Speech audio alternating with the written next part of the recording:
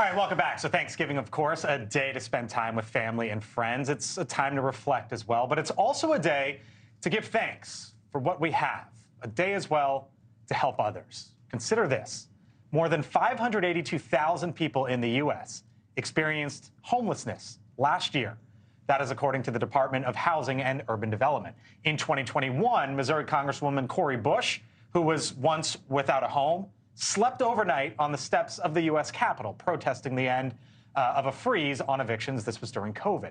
Now, the Congresswoman, along with some of her colleagues, started the Congressional Caucus on homelessness this year to attempt to end homelessness in the United States.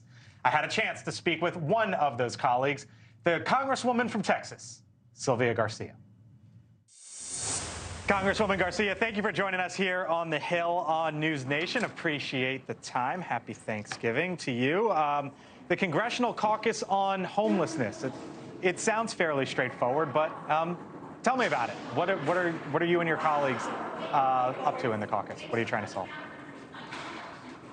Well, first of all, happy Thanksgiving to you and to all those who are watching. And, you know, our caucus for the homeless is really about that, is making sure that everyone has a home, that has a meal, that can be grateful and thankful for today.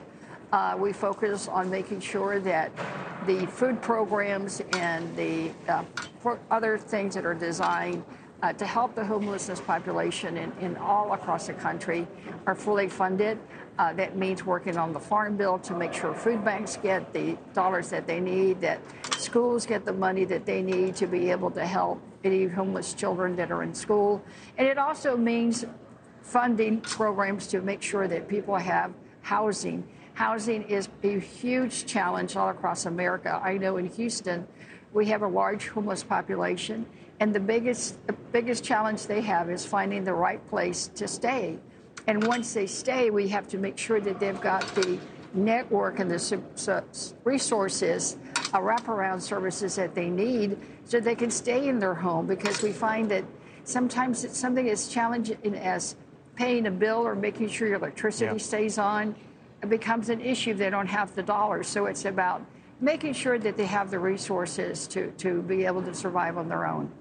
And I hear you rattle off there, talk about some of the different programs, but we've seen, homelessness rise, Congresswoman, across the country. 582,000 people, for example, homeless last year. Is this something that Congress can solve? Is this something that you're trying to, chip away at year by year?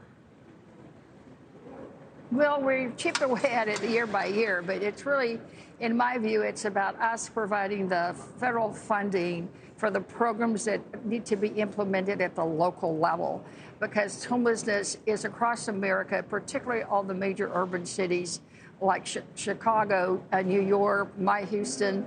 I know I've visited Skid Row in Los Angeles, San Francisco. All the major cities are facing huge challenges in this topic, but we can't forget that it also happens in rural America. People are living in cars, not only in a city, but also in the country, and there's less programs and services there. So it's about making sure that the cities and the nonprofits that are local-based, that are better able and capable of providing these services, have the funding. What about affordability, though, right? Because that clearly plays into some of this. Housing affordability essentially I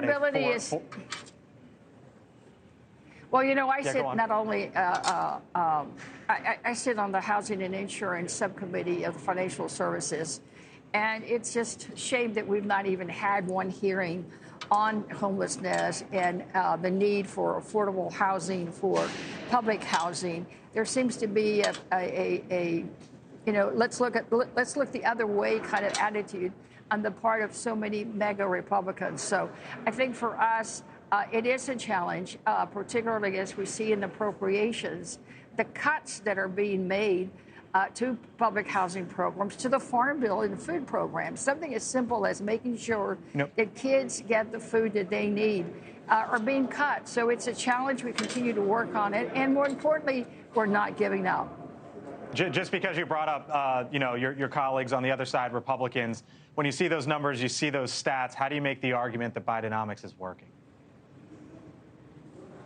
Well, it's working because more people are working, and more people are getting the jobs that they need and better jobs.